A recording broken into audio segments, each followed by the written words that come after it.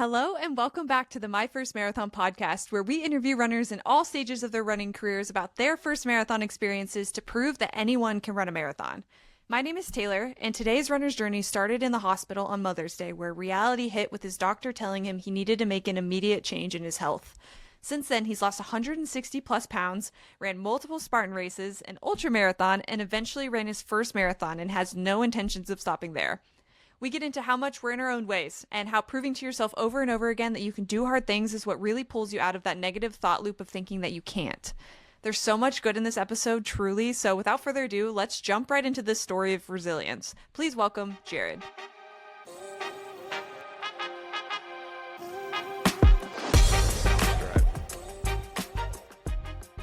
Jared, thank you so much for coming on the podcast this weekend. We were talking a little bit about your story. You've had quite the journey into getting to your first marathon with some 50Ks, some ultras, and then a weight loss journey is obviously a big part of your story as well. So really excited to dive into some of that, and thanks for coming on today. Let's start from the beginning. How did you get introduced to either running or movement, or where did all of this kind of start for you? That's a loaded question. It started when my I only have one son. It started when my first kid was born, my son. And my wife's first Mother's Day weekend, I spent hospitalized because of health issues. Wow. And the doctor was basically like, "You're dying of a heart attack. You have to change your life." Luckily, it wasn't a heart attack, granted, but it was a huge wake up call. And so I left the hospital that weekend, apologized to my wife for ruining her Mother's Day, but then knew like something had to change, and that's what like kicked off this whole it's time to lose weight, 400 plus pounds, life is not a good life. And then it was there, just moving more and started really dialing in diet. Cool. So I mean, not cool that's the start to your journey, but I always say that it's always like you either fall into movement or something pushes you into it. Sounds like for you it was a little bit more of a push. I got S- shoved real hard into movement. Sure. Where did you kind of go from there? Because I know that can be a kind of a confusing time to like say, okay, I need to make a change, but like, where the heck do I start? How did you piece that together in the beginning? I knew being that large was not healthy. And the growing up, my parents were kind of like, "Oh, everyone in our family is huge." But having a 8-month-old kid, you're kind of like, "No, this can't be right." So I really dove into the nutrition aspect. I'm not a nutritionist, I'm not a doctor. Don't do what I did. But I knew I needed to lose weight now, not not in the future. Like it had to start Yeah. today at that point. So I bought, I want to say 10 different nutrition books of like keto and vegan and everything across the board. And I ended up landing on the essentially the potato diet. hmm Have you heard of the potato diet? I've heard of it, but tell me about it because I don't know a ton of details. So there's a vegan movement of like you only need raw vegetables to survive kind of thing. And through all my research and everything, I ended up one of the books I read was by Penn and Gillette. You know who I'm talking about? The Yeah. comedians, the Hmm. magician comedians.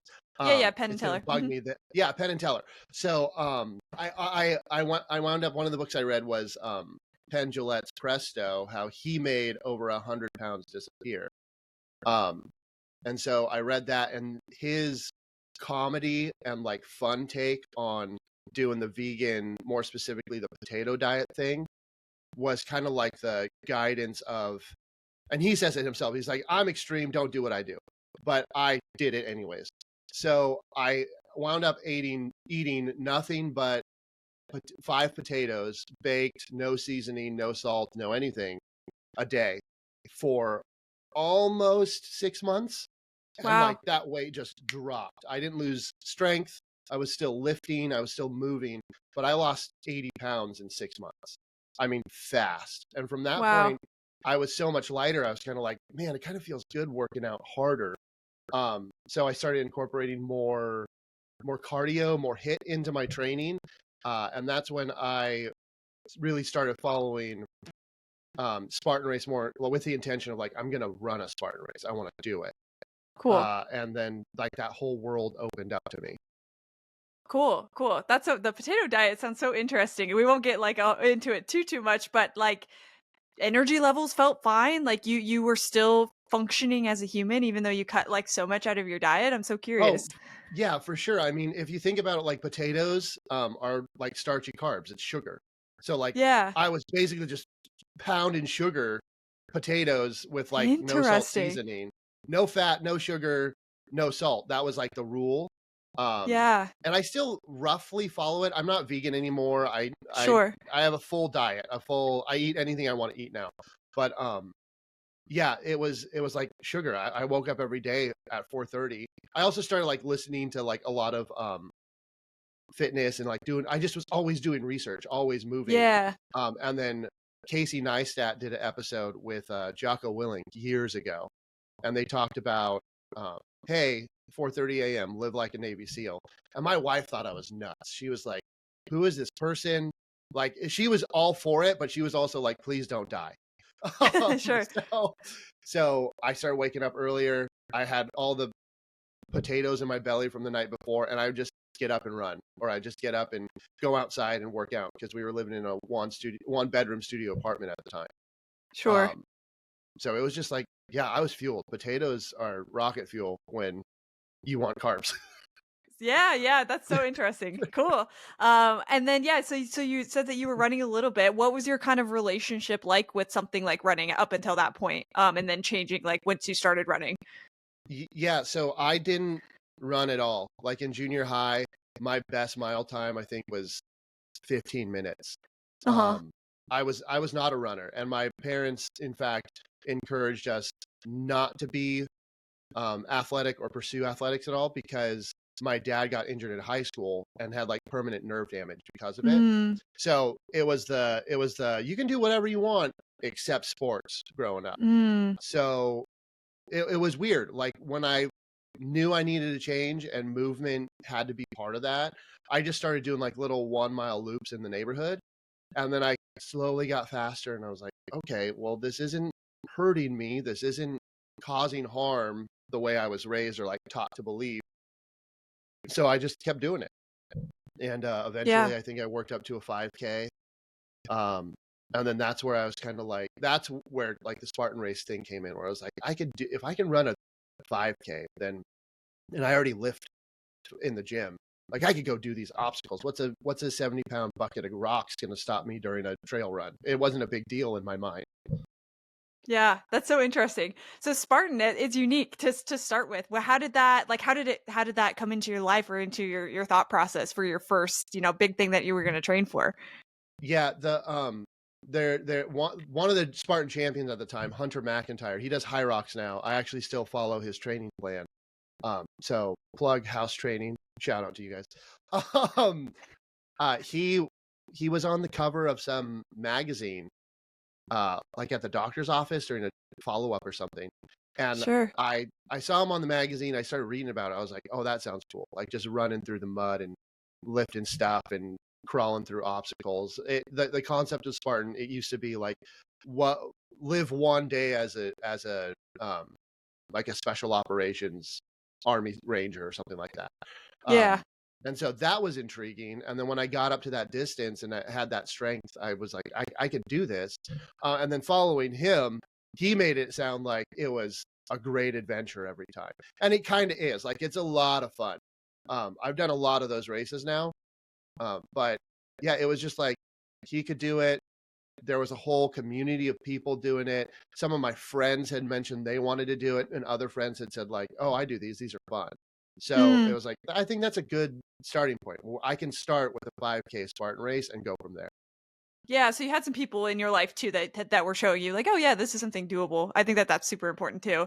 Yeah. Cool. So we were signing up for, or did you sign up right away, or did you take some time to think it over? Like, were you all in? How did this progress from there? So I signed up for my first one and I was super excited. And my doctor at the time was watching me lose weight and knew I was eating only potatoes. And he kind of freaked out. He was like, no, no, no, no, no, no, no. This is not a good idea. You should not be running. We still don't know what's going on with your heart. Like, uh, you cannot do this. So, like 2 weeks before the race, my doctor told me that. And I was like, guys, I'm so sorry. Like, my doctor says I really should not do this. Yeah. And they looked at me like, okay, well, we'll just defer. Like, it was a bummer, but we can reschedule the race for another time. And the day of the race came, and I remember being so disappointed because I got up and trained anyways. I like still did a 5K in the neighborhood. I lifted the same day too. I was like, what the heck is my doctor talking about? I can't do this. And that was like the final straw that like in my mind, I was like, screw that. I'm going to do whatever I want to do. Like I can do whatever I want to do. And the only limitation is me. So that's what like really there was the push to weight loss, and then there was the push to running where I was like, I'm not holding back anymore. And I just kept going. Awesome. So you had the itch from there. What do you feel like that first experience? I feel like Spartan races, running races, whatever you do, like there's always that race that you prove to yourself, oh, this is what I like to do. I can do these hard things. Like, how did you come Mhm. out the other side feeling? What was going through your head when you finished that race? So I remember at the finish line, they like put the medal on you and give you a banana and some electrolyte drink so you don't like keel over and die right there. And I just remember thinking like that was so freaking hard, but I'm too slow. I can do it better. I can do Mm, it better. So from that point on, that's when training really shifted of like, okay, I want to keep losing weight, but I also want to start tracking like mile times and yeah. tracking how much I'm lifting more particular. Like that's where when I went from kind of recreational to intentional.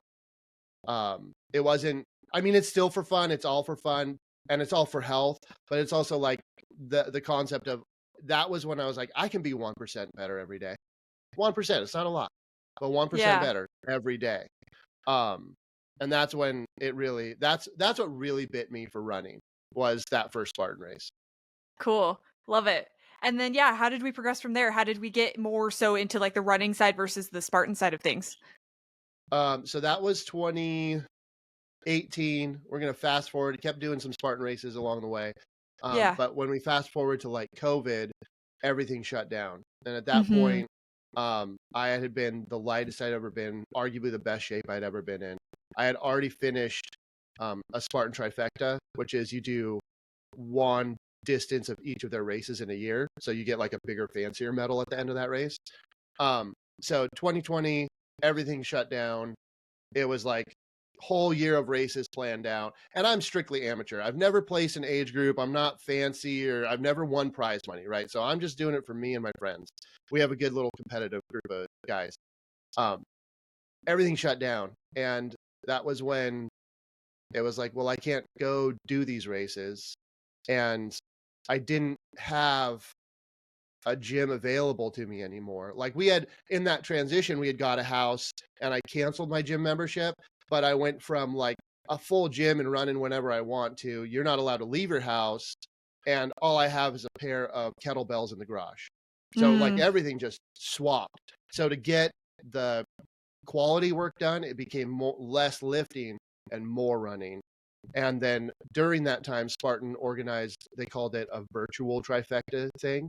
So they gave you body weight movements um, in circuits, and then you'd have to do, these three movements and then go run a mile and come back and do three different movements and run a mile. So you could still earn your Spartan medals that they would mail to you, but it was all from home. So I Mhm. started doing those. And during that process, I did they call it a trifecta weekend. You do all three races in one weekend. Mm. And I knew it was really hard. I knew it was going to be rough. And a friend of mine who was a runner in high school, but who hadn't ran or lifted in a long time, decided he wanted to help me out with it. So he came down on the third race, which was his first Spartan race in quotes, because it was at my house in the neighborhood. Right. And so I did a 10K Spartan race at the Super on Friday. Woke up Saturday and did the Beast, the half marathon in my neighborhood, and then Sunday he came down and did the sprint with me. And after I did that half marathon on Saturday on my own, that distance, it was hard. It was way harder than any other race I'd done because I was alone. There was no music or Mm, finish line or like people on the trail cheering you on. After that, I was like, running is way more important to my mental health and like my drive than anything else is at that point during COVID. So that's when right. I think running really bit me or like attached in my brain to like this needs to become more than just a got to get my cardio in every week kind of thing. Yeah, yeah, it gotcha, as it does. Yeah. And when when did so you was that the longest that you had ran was 13 miles at that point? Like that was your PR technically? Yeah, that was my first. Yeah, you could say that because I had done a Yeah. Spartan Beast before that.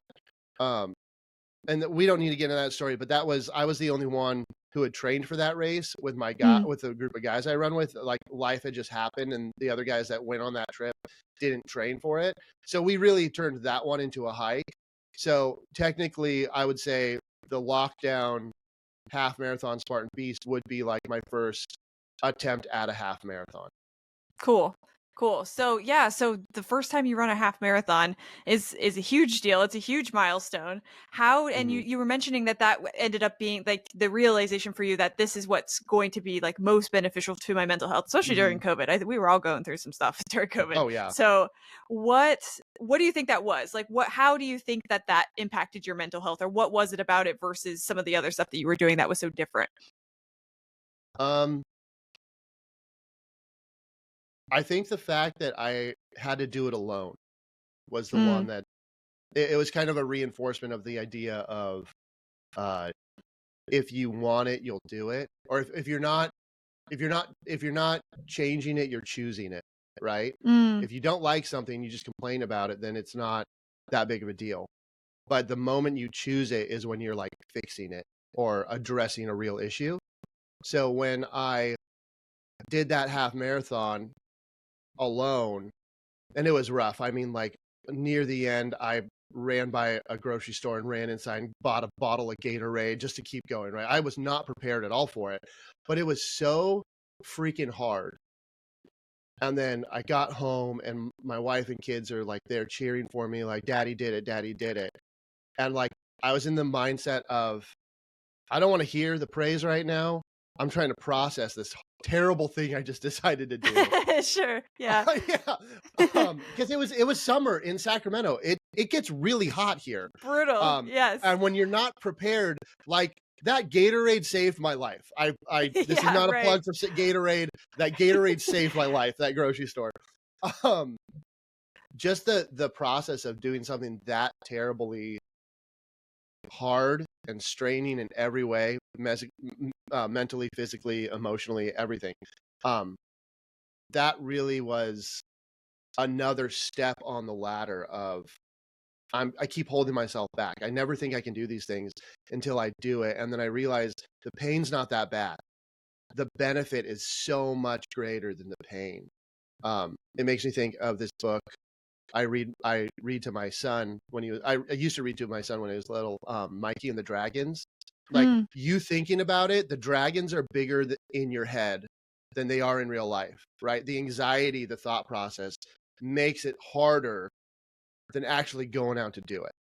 And so again, that was just another step of like, I can do this. I keep holding myself back. I can keep going. I just have to get out of my own way.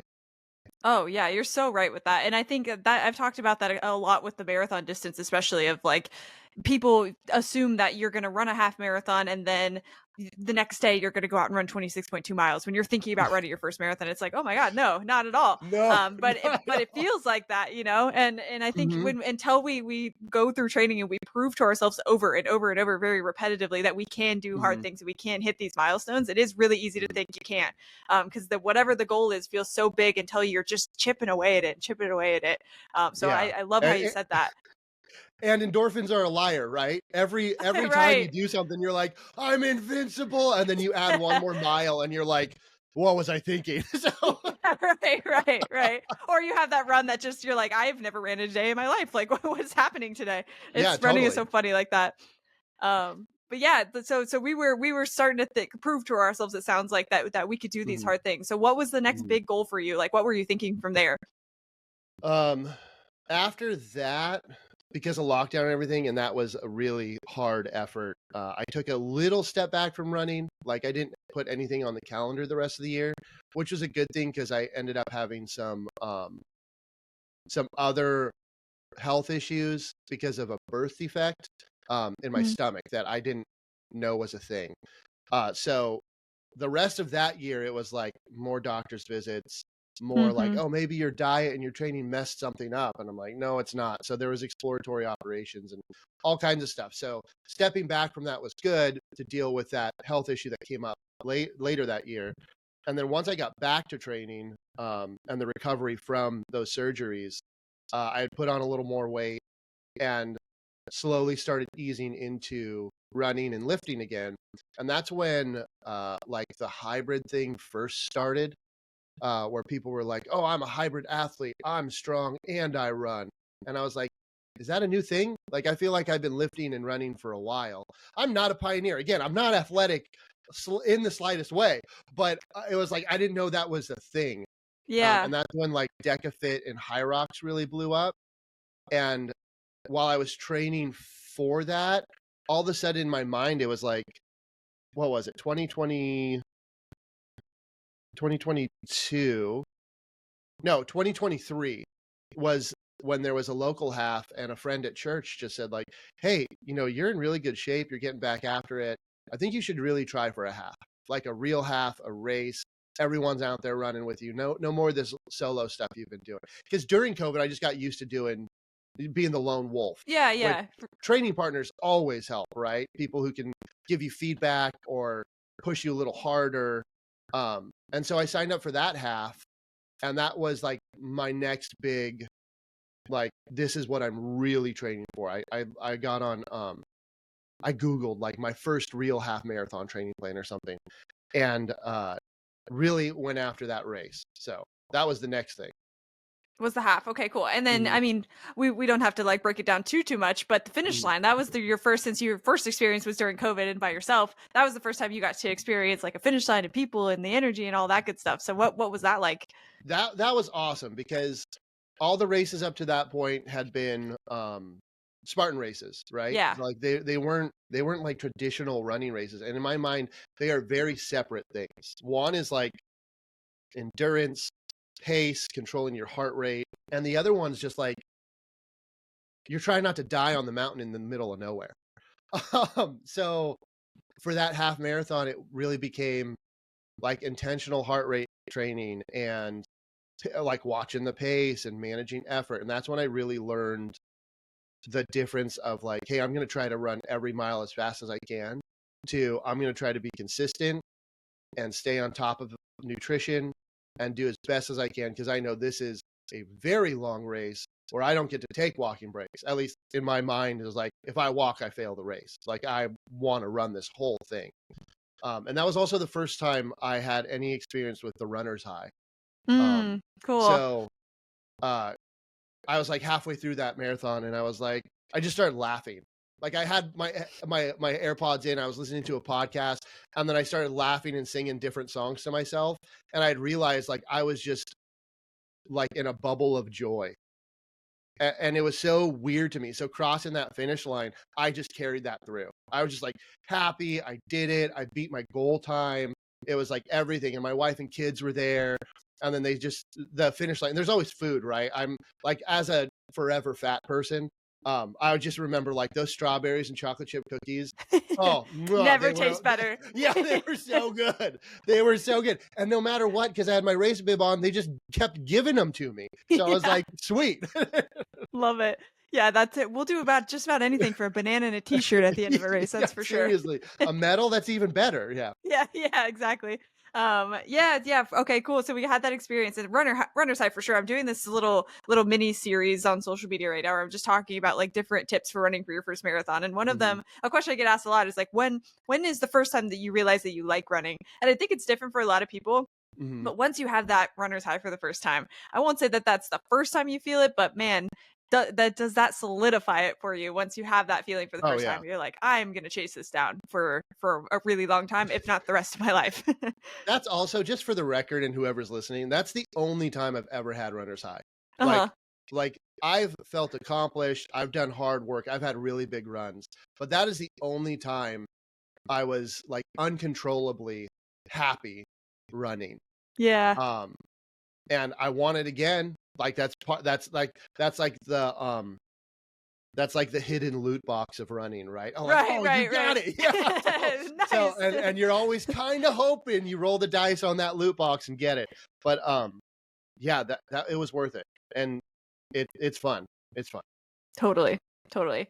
Cool. So we crossed that finish line for the half marathon. When did the marathon? I know we were talking a little bit before. It sounds like we Mhm. hit the marathon distance in a unique way. But when did that distance start to kind of hit your mind or be on your radar?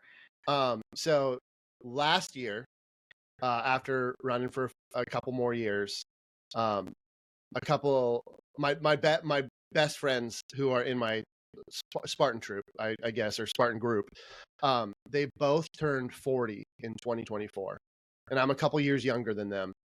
So they for their 40th were like, we got to do something big. We got to do an ultra. We got to do the Spartan Ultra. And the first couple months, I was like, you guys are dumb. Like 50K, that sounds so miserable. And we had done halves, like Sure. halves were the most we had done. And then they were like, no, we're gonna do it. We're gonna do it. And so first it started out like, oh, I'll come out and be like your support crew. Like I don't want to do it. It's not for me. It sounds miserable. And then after a couple weeks of like planning that trip, and we had planned it about a year beforehand. Um, one of them, I don't remember which one, looked at me and was like, Jared, you really want to go sit out there for a day and not be running with us? And I was like, dang it. Like, you got me. Yeah. So I had the idea of, okay, I'm going to sign up for this 50K, which was in Texas in October. So weather's not too bad. It was actually really nice. You know, sign up for this 50K. And since I'm already trained up for a bigger distance, a couple months later, I'll just run a marathon in my hometown, Sacramento. So to me, 50K dropping down to a marathon made sense training wise, Hmm. right? Everything on paper makes sense. But yeah, that's where the idea came in. And so I shifted goals of like, okay, my marathon is my big race. And this was probably January 2024. But I'll train up for the ultra, support the guys, and do their birthday trip with them, and then really cut into like that last 8 weeks of training for sharpen down, I should say, for the marathon. Okay, cool. Yeah, so definitely I guess it sounds like that would be tricky to put together a plan for. I'm sure I don't know much about Spartan races, but I'm sure there's plans out there. Were you seeking out like plans in the Spartan world or marathon plans, or how were you piecing together this training in your mind? So I knew for the ultra, it was time on feet, time on feet. Gotcha. I talked to the head trainer, Hunter, on my training plan and told him, I picked his brain a little bit. And so he basically said, you got to get time on feet. You got to dial in your nutrition. And because I wasn't trying to compete, he was like, just go out there and have fun with it. Yeah. Which is always the plan because I'm not going to compete either way. So I switched from his like hybrid plan to his primary running plan, which built more miles, but it was more of a 10K to half K plan, or not Hmm. half K, half marathon plan. And I took that plan and just added miles and then started eating more food, like carbs, carbs, carbs, carbs all the time. And that kind of worked the first couple months of 2024 until I broke my ankle Oh my at gosh. yeah, at work. Which that's a whole nother situation. It didn't ruin. It changed all the training for the rest of 2024 Yeah. and still affects me now, up to that 50K and marathon distance. So lots of bike riding, lots of stationary PT, like PT work, doctors, like putting inserts in my shoes, and then, oh, that messed with my hip, so we're going to take those inserts out. And then all of a sudden I was compensating for an injury that had healed on, like, by all metrics it had healed, but still can't run the same volume, still didn't feel right. One weird step and the ankle just like, you know, that feeling in your calf where you cramp and you have to like stretch out? Yes, That was, yeah. that feeling was happening in my ankle joint. Oof, yeah. And so like my ankle would just seize up and I couldn't walk, Oof. for until like I like stretched it out. So yeah, the training, I had a plan and it was going well until it wasn't, which is always how it goes. Always, yep. I mean, but a broken ankle is intense. So like Mhm. how far out were you at that point when you broke your ankle? How far out were you from that race? So I had broken ankle was end of April, and then the ultra was beginning of October. So Okay. what is that? 5 months? Six, Yeah. something like that. 6 months. Yeah. So I went through PT for months and had Aircast, a boot on, and did everything the doctors and PTs told me to. And when they gave me the all right, you're way stronger, your balance is back, we think you're good to keep training, get back to it, ease into it. So I started easing into it, and the guys who I was doing the ultra with, one of them lives in Tennessee, and his favorite Spartan race is Monterey. So he flew out from Tennessee in June to do a race in Monterey. So I was like, all right, that's a good test, right? I'll get elevation, I'll run a little bit, I'll lift a little bit. And that was a rough weekend. I got a running brace for the ankle. Did not PR that course, obviously, but it was a good metric of what I really needed to focus on for the rest of the year. And that really showed me I cannot go back to training the way I was. I had to adjust immediately and figure out how to do that. Totally. So yeah, it was a rough build up to that ultra. Yeah, no, it sounds like it. And what were some of those adjustments that you were starting to like piece together? The major one was the time on feet, right? Like Yeah. the key to ultra training is time on feet and nutrition. Especially if you're not competitive, like it doesn't really matter what shape you're in. And I was not in the best shape for that race, and I knew it. I knew I wasn't going to do that well. So it became a lot of bike rides, like bike rides around the neighborhood or down by the river, bike rides on a stationary bike, a lot of alternative. I'm trying to get my heart rate in zone 2, zone 3 for specific training. And when I used to be like, oh, I'm going to go run intervals. Cool. 30, 45 minutes to an hour. I'm good. Now it became, okay, well, to get that same stimulus, I'm going to sit on this bike for 90 minutes and my butt's going to go to sleep and I'm going to hate this block. So Yeah. yeah, it was definitely a huge shift. And especially because the ankle stability, I went to only upper body lifting too. So it was like legs were getting stronger in some ways and then weaker in other ways. And it just, I'm still like kind of recovering from last year with training. Yeah, that's intense. I can speak. I'm going through an injury right now, and the bike doesn't scratch the same itch as running. That's for sure. No, it doesn't. It's kind of like it's close enough because you're outside still, and you're like, I'm still doing this thing that I like to do, but no, it's not. It's not close. So Yeah. I don't totally know what you're going through or went through. Can I ask what's your injury? Yeah, foot injury as well. Not broken foot, but some tendon issues. Okay. Ended up being from a weak hip, which I found out a little bit later. But yeah, you were saying when you were talking about how, you tweaked something and then this started to hurt and then you had to correct that, like resonate with that super heavy right now because that's exactly what I'm going through. And soft tissue is the worst, right? Because still I'm going to the doctor every month and she's still like testing different inserts, and like she had me try a different pair of stability shoes because since my injury, my right ankle just pronates so terribly now. So I got a pair of guidance shoes or stability shoes, and I did my first run. It was like a 3-mile easy run. It wasn't a big deal. And just using those shoes, like they felt awesome on my right foot, but then because they were forcing my left foot in a position that was bad. Like now I might have like an upper IT band issue with my hip. Like my left hip drives me crazy when I run now. So it's like, oh, cool. I addressed the injury portion and then I injured something else. So Oh, I know. yeah, I get yeah. it. I soft tissue, man. I feel for you.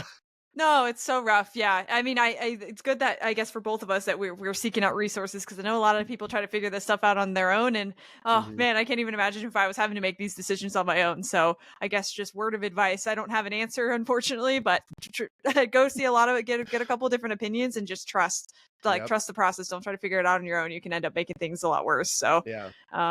Cool. Okay, sweet. So we were still training in some capacity leading up to that race. Yep. How were we feeling, like, I don't know, maybe the month out from running that race when you were gearing up to do it?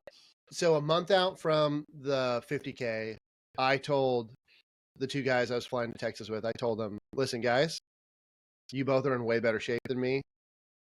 I expect you to leave me. Like I have not been hitting my mileage, time on feet. Every training metric I had planned on hitting was out the window.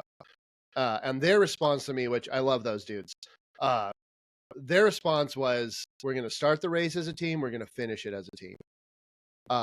Which I love, because I'm not sure I would have finished that race. Like I truly appreciate that mentality of camaraderie and like teamwork, because race started at 5:30, like dark outside, middle of Texas, headlamps, hoodies, like everything. You're totally foreign terrain.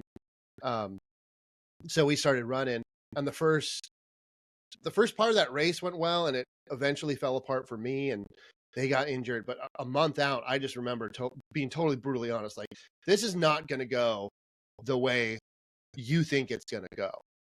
The original goal was, I think, 10 and a half hours. And let's just say it was over 12. I think it was 12 and change. And I knew that a month out, but because they were trained and in great shape, they could have done probably 8, I bet.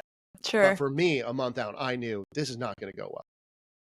Yeah. That's just so much time on your feet too. To be out there for that long. So like, how were you feeling mentally? What I guess maybe a better question is, like, what did you say to yourself in those tough moments when you probably felt like quitting to continue on through that thing for that amount of time? So the way the race is done is you do an 18-mile loop, right? Because it's their biggest race. They have their beast distance. So you do the beast with an additional like 3 or 4 miles added onto it, and a few extra obstacles in there. So you do an 18-mile loop, you get back to like the rest station portion, and then you go back out and do the beast course again without the additional loop. So when we finished the beast portion, which we'll just call it halfway, even though it was over halfway, I remember thinking, like, man, that was really hard. But I remember feeling like that was the biggest race I'd ever done, because it was. But we were halfway through and I felt good.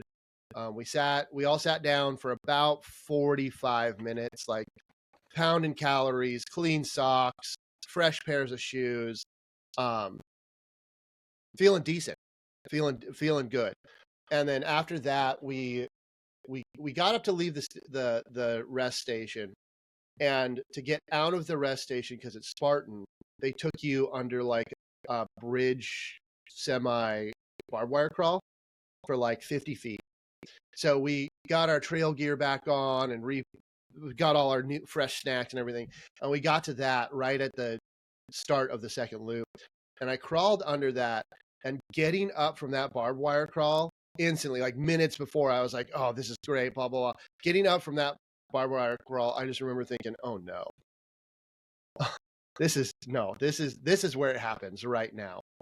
And then the rest of that lap was a true test to like them dragging me along, and me just keep telling myself, like, sorry, I'm Christian, so I just kept like singing worship songs and remembering, like, God has put this on my heart and I want to do this, even though my monkey brain is saying, like, no, you're stupid, like, what are you doing? Right. I know it's something I wanted to do deeply, like in my soul, in a way.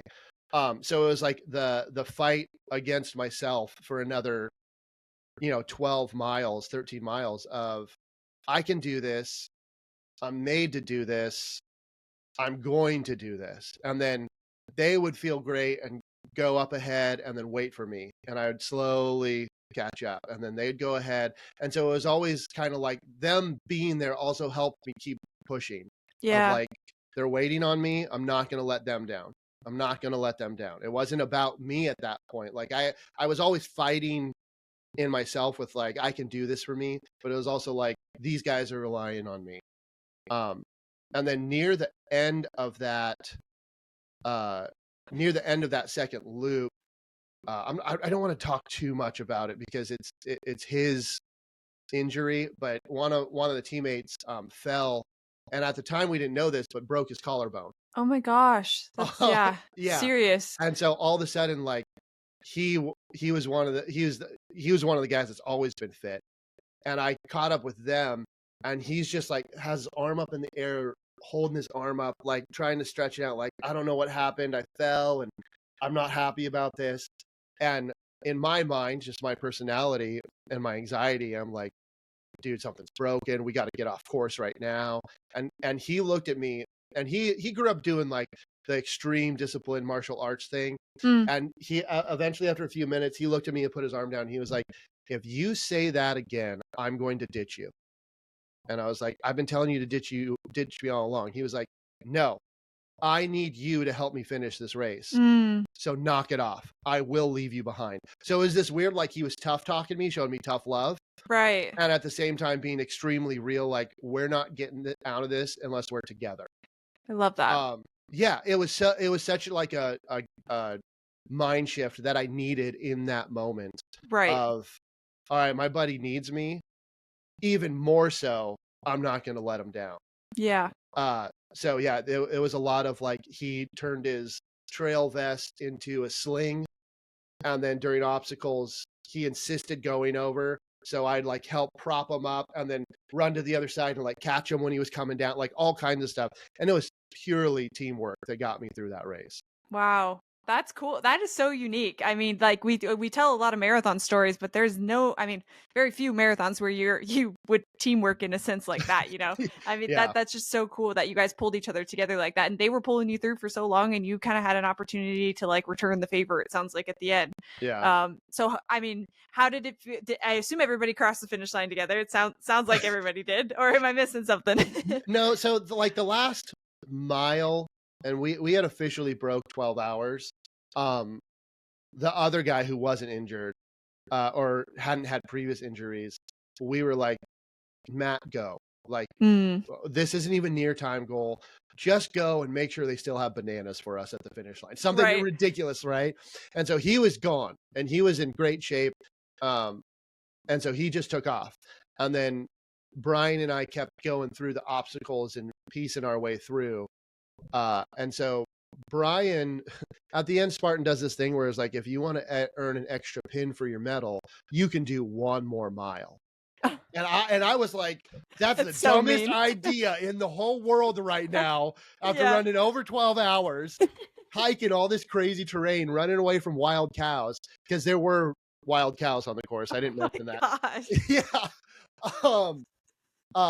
Brian was like, I can do this. So he again used his trail vest as a sling and went in for another mile. And I was like, oh my gosh, I'm done. So I did kind of ditch him, but it was like a little switchback loop right by the finish line. So we could see him the whole time. There was no more obstacles.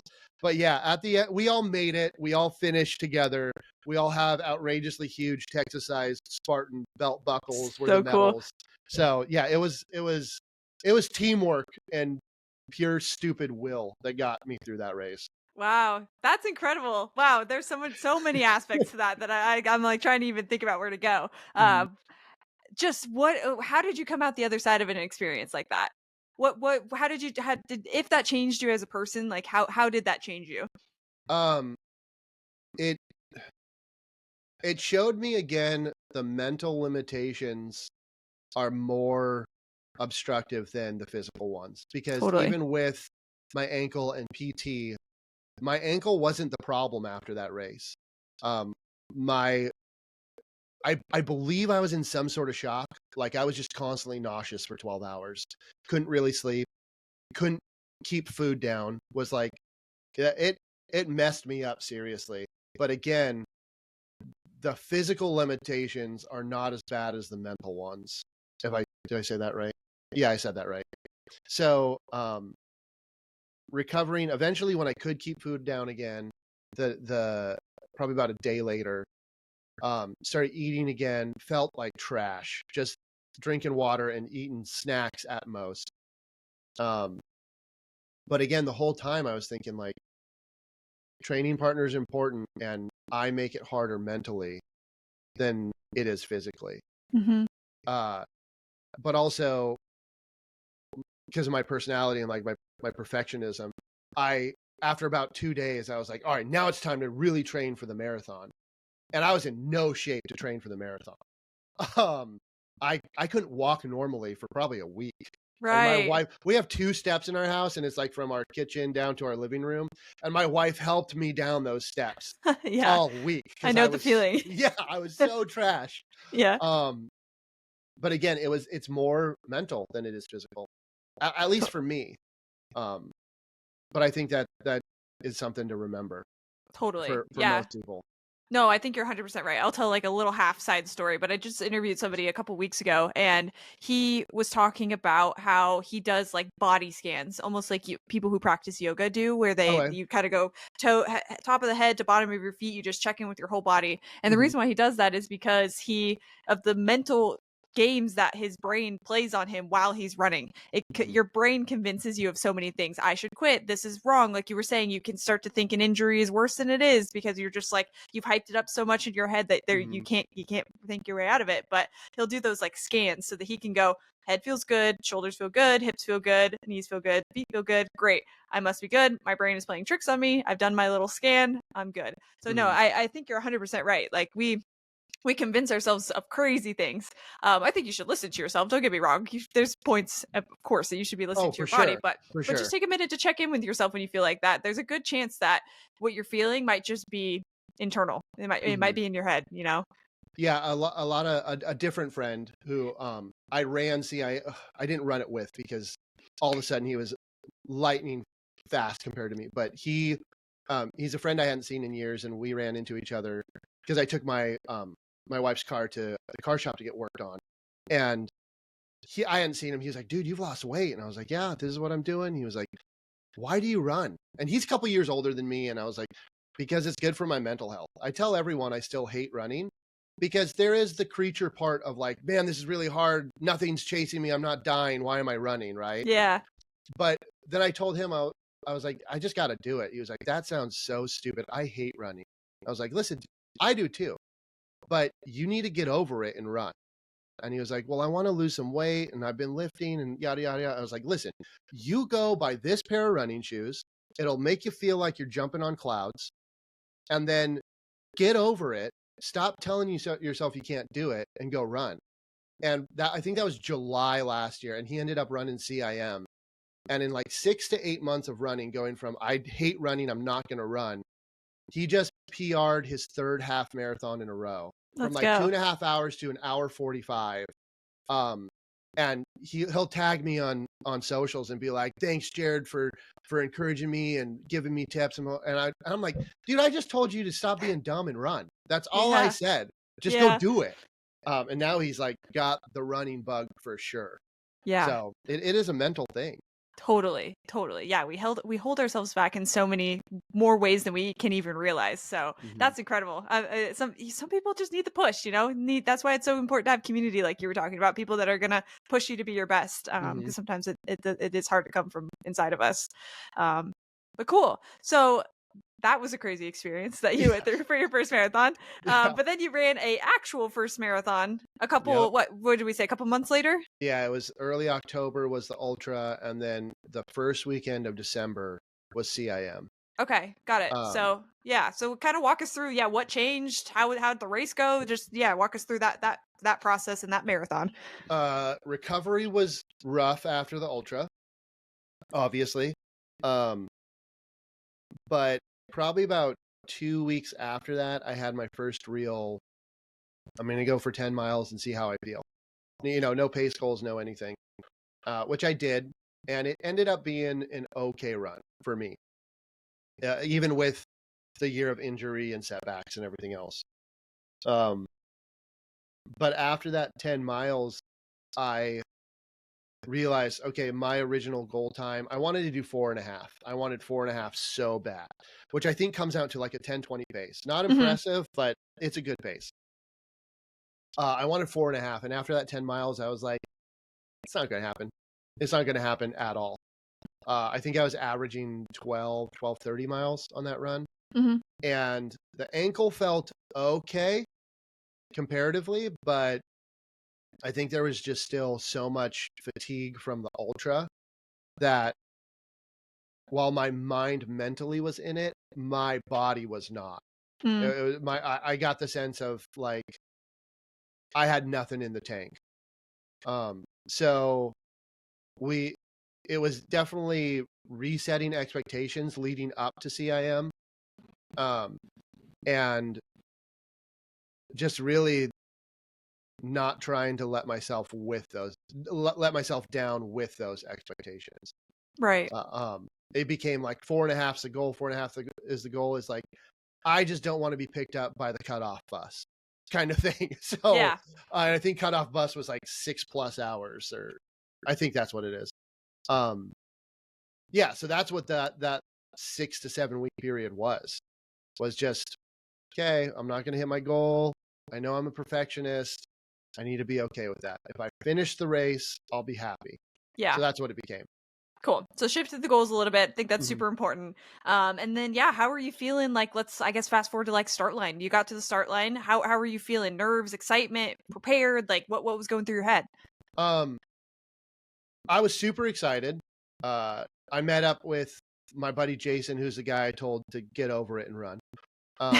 It was probably 4:30 in the morning or 5 in the morning. And what they do is it's a point-to-point marathon, and it's net downhill.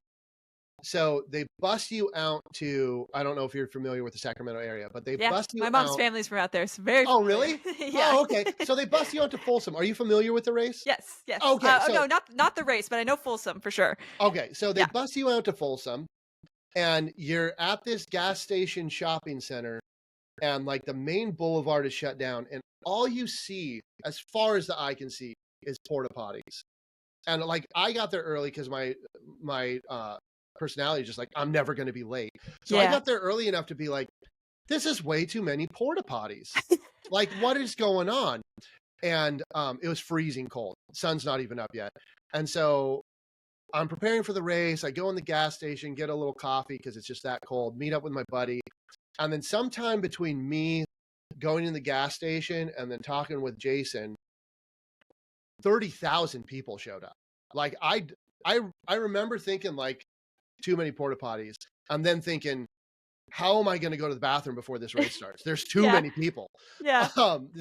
Sorry, I know a lot of racers don't talk about that stuff, but like we all deal with it. So the like an hour before the start line kickoff, I remember thinking, I gotta get in line or else I'm gonna miss the start line. And luckily, everything got taken care of beforehand. But in my rush, it was like seconds before the start line kickoff. I got in the wrong corral. I got in like the 4:30 corral I originally hoped for, not just the I'm doing this for fun corral. So I was ready. I was excited. I had proper expectations. I had my caffeine and I was good to go. And gun goes off. Everyone starts running and I'm running with a pack feeling awesome. And because it's net downhill, you're just like, wow, I feel really good. Pretty good. Yeah, just going on. And then I look down at my watch. I'm like running in 9:40. And I'm like, I am not in the right group. I should not be pacing these people right now. Where am I?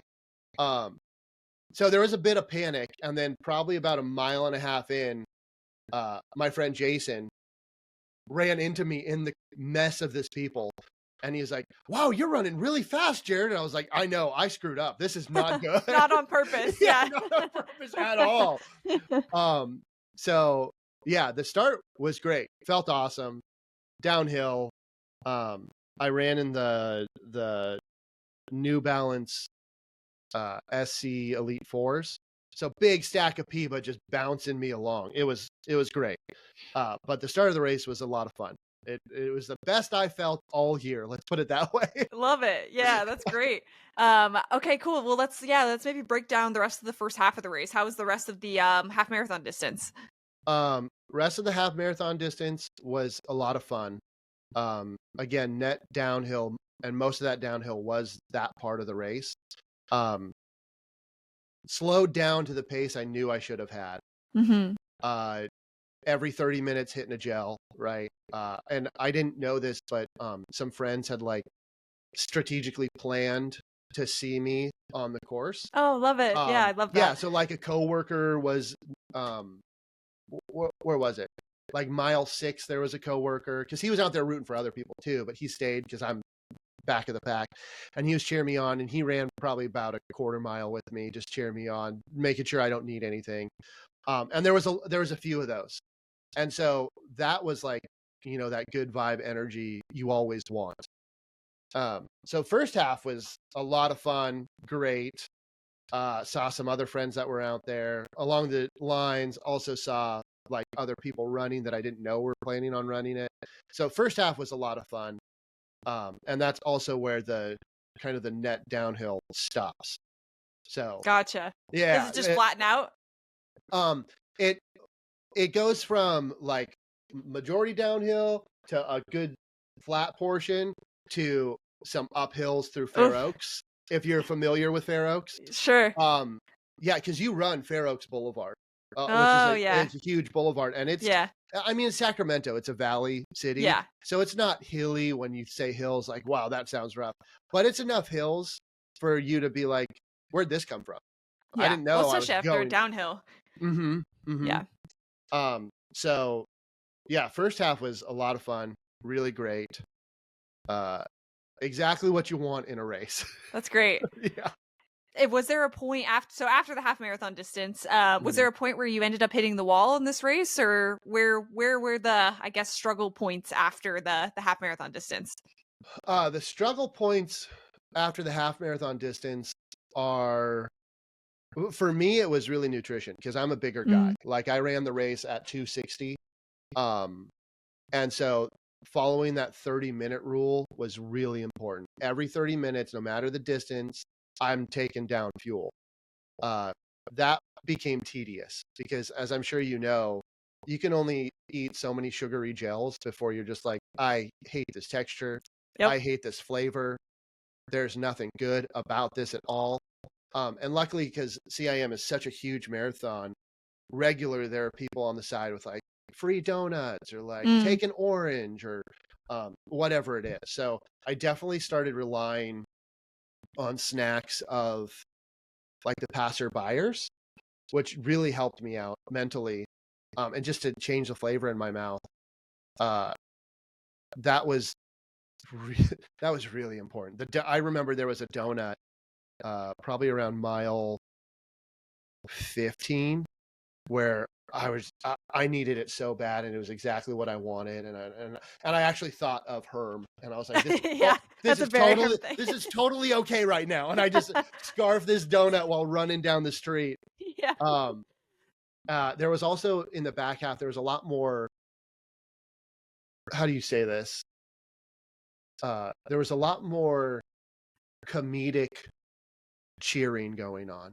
I remember there was this one guy dressed in a Charizard onesie.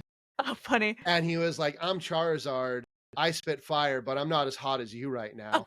And I just remember like laughing so hard at that. Like that is like no runner thinks, do I look good right now? Right. In the back half of a marathon.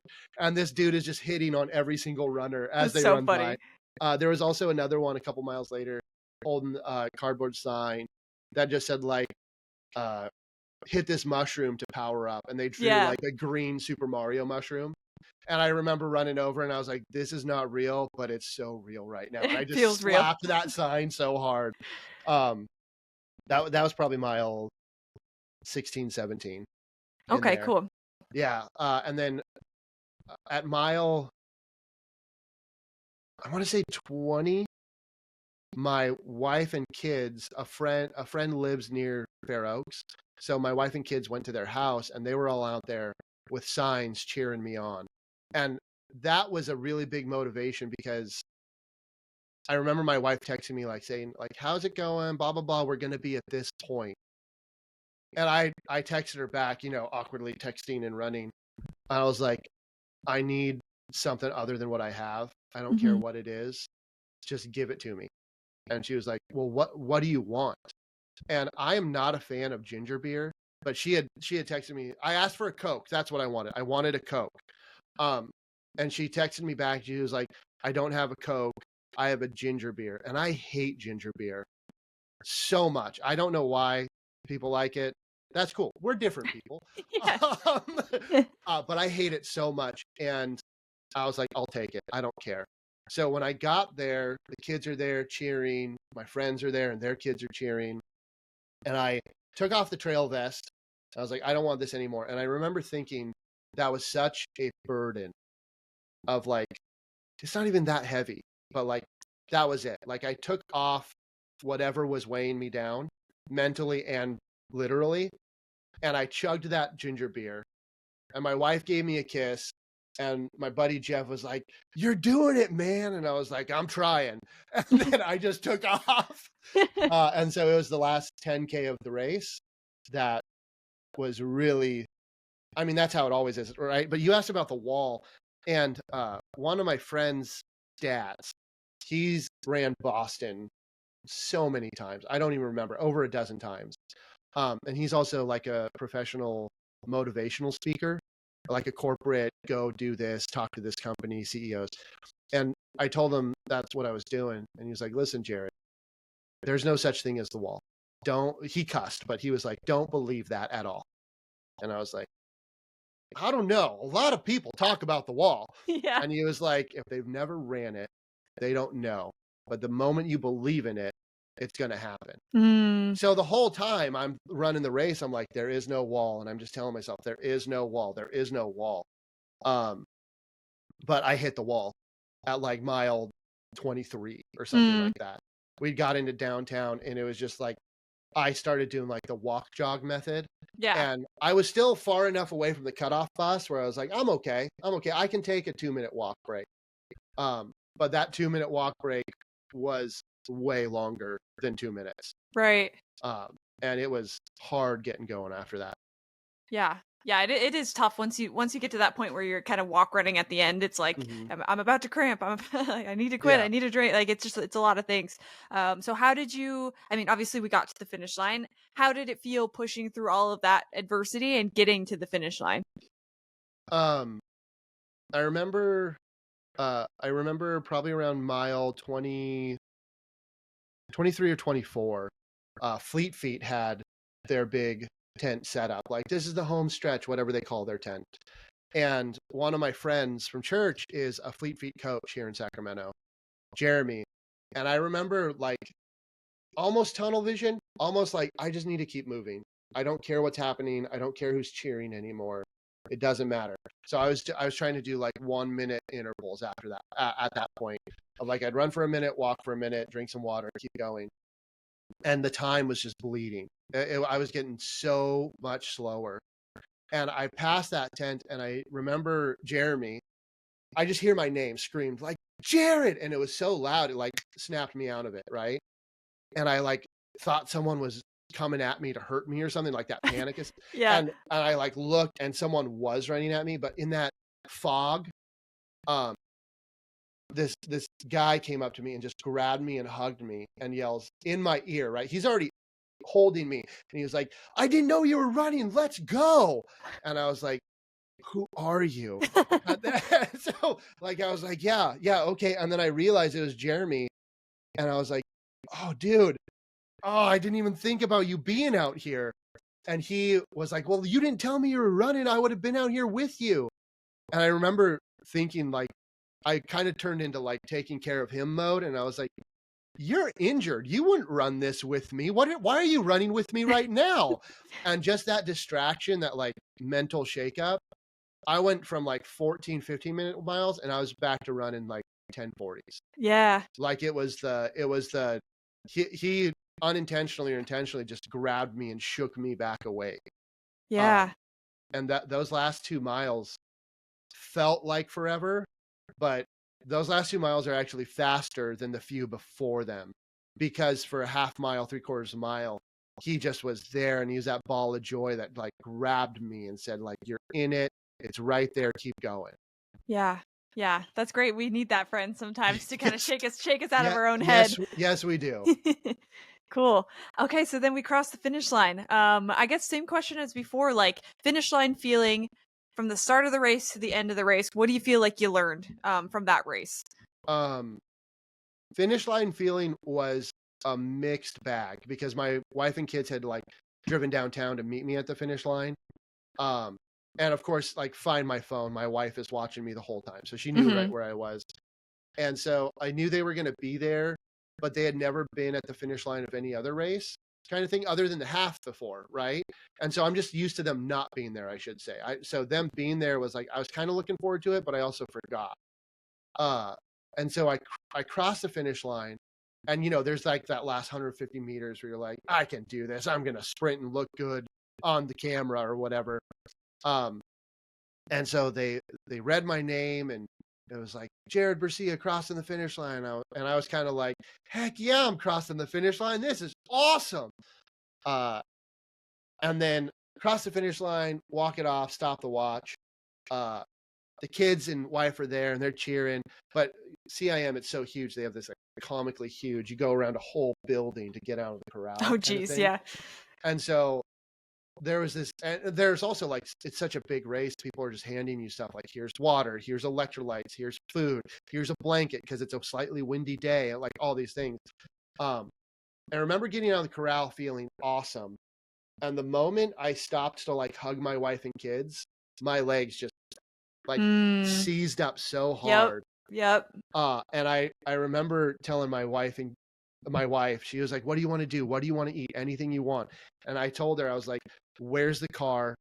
If we stop, I'm laying down. Like I will not be able to move." Right. And she was like, "What?" And I was like, "Move. We're moving right now. We're going."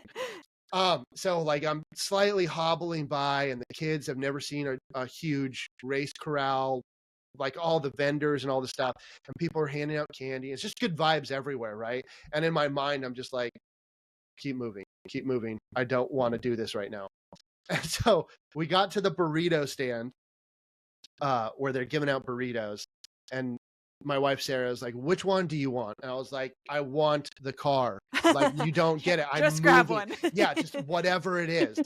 And so her and the kids like stopped to grab a burrito, and I just kept walking. And I got to a point where I was far enough away I could like turn back and still see them, but realized I'm not going to make it back to the car. So I just laid down. It was on like a grassy patch on the sidewalk, and I just laid down. And they came over and they were kind of panicked and like, "Are you okay?" And I was like, I'm great. And then that's when all the emotions came in. And like, I'm sure you're familiar. You're like crying because you're happy and crying because you're destroyed and having moments of like, I can't believe this just happened, but also this is the best feeling ever. It happened. Yeah. And I'm laying on the grass, and of course my kids and wife are like, something is wrong. Why is dad just laying there crying, doing that? And of course they don't understand. And so I just remember laying back on the grass, looking up at the sky, thinking like, this is amazing. Like, I never thought I'd do this. I might not never do this again because it was so hard, but this is amazing. And my 5-year-old daughter is kind of freaking out. I'm like, "Daddy, are you okay?" Like she's trying to pet me and like make me feel better. I'm just like, "Don't touch me." Like, you don't, no, I gave you hugs. Don't touch me. And so I like snapped at her, and she was like, "I'm sorry." I'm like, no, don't be sorry. And so I like grabbed her and gave her a hug. I was like, "Daddy's so happy." And she's like, "Why are you crying?" And I was like, "I can't even tell you right now." It's so hard to explain, let alone to a 5-year-old. I know. So yeah, it was all the emotions, good and bad. that you hear about, but you don't know until you do it, until you go through it. Yes, absolutely. Hi, everyone. Before we wrap up, there were so many good stories on this episode that we did end up going a little bit long. So I'm going to go ahead and upload the extended version of the episode on myfirstmarathonpodcast.com/exclusives. Access paywall content for just $5 a month, which includes these extended episodes, exclusive Q&As, bonus solo episodes, and more. Thanks again to Jared for coming on and telling his story, and let's continue the episode. Cool. Well, thanks for walking through that. That was great. I always like to ask at the end of everybody's marathon stories for a piece of advice, because there's a lot of runners that are in where you started your journey right now. So if you could offer some piece of advice to somebody who's maybe starting their marathon journey or getting into running, what advice would you offer them? I think it would be what I've already told, right? Like it's the little things. Like when I told my friend Jason, like, get out of your own way and just do it. Yeah. Like the fact that you're thinking about it somewhere deep inside, there's an itch that needs to be scratched. So don't be your worst enemy. Be your biggest cheerleader. Either admit that you're interested, but you got to get out of your way and do it. And again, like the dragons in your head are bigger than they are in real life. Like you make it harder on yourself than it really is. Because realistically, if your car breaks down in the middle of the desert and you have to walk 20 miles to save your own life, any moderately healthy person, or even moderately unhealthy person, because I go back and forth regularly with injury, can walk 20 miles. You can do it.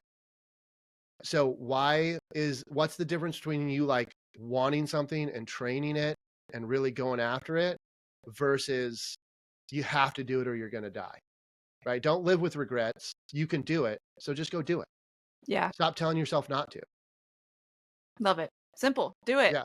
Yeah. Get out there. If you're not changing it, you're choosing it. And if you are choosing to be lazy or tell yourself you can't run, but you hate that, then change it. Change it or choose it. That's life. Love it. Love it.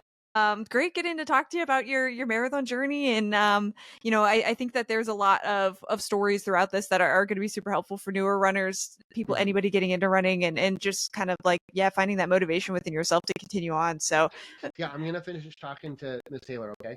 She love you. I'll be right inside. That was the sweetest thing ever. Oh, sweetie, can you close the door? Thank you. Bye. Oh my gosh, that was so sweet. Yeah, that's Cece. She's precious. She's my daughter. Oh my gosh. Again, like my kids and my wife are big. I was just listening to your episode with Anna. I know this is a divergent in time and everything. Yeah, no, all good. She talked about like finding your why. Yeah. Right there. Right. Like it's like I was in such bad shape that, and this is years before her, I was like, I need to be around for my son. I need to be around for my wife. And then she came along and I was like, there was just a whole new level of the whole thing. Like you don't know till you're a parent is very real. Like when you first get married, your husband, your wife, whoever, you're like, I love this person. This is my person. And then the cheesy analogy of like, you have a kid and your heart's outside. I was like, dang, this is too real. And I have to be around for them, for everything. It drives me crazy that I even have a normal day job because my wife stays at home and gets to like take them to school and be all part of these moments. And I'm just like, dang it. Why I miss so much. So sorry. Yeah, that's my wife. She's a big part of it. You were about to ask a question. No, I was just wrapping us up. I think that was no, you're good. That was great timing because to like wrap us up because like what a better way to end than with your why, right? But no, thank you so much for running through that. If anybody wants to follow along with you, where can they find you on social media? Jared Bercea is my handle everywhere.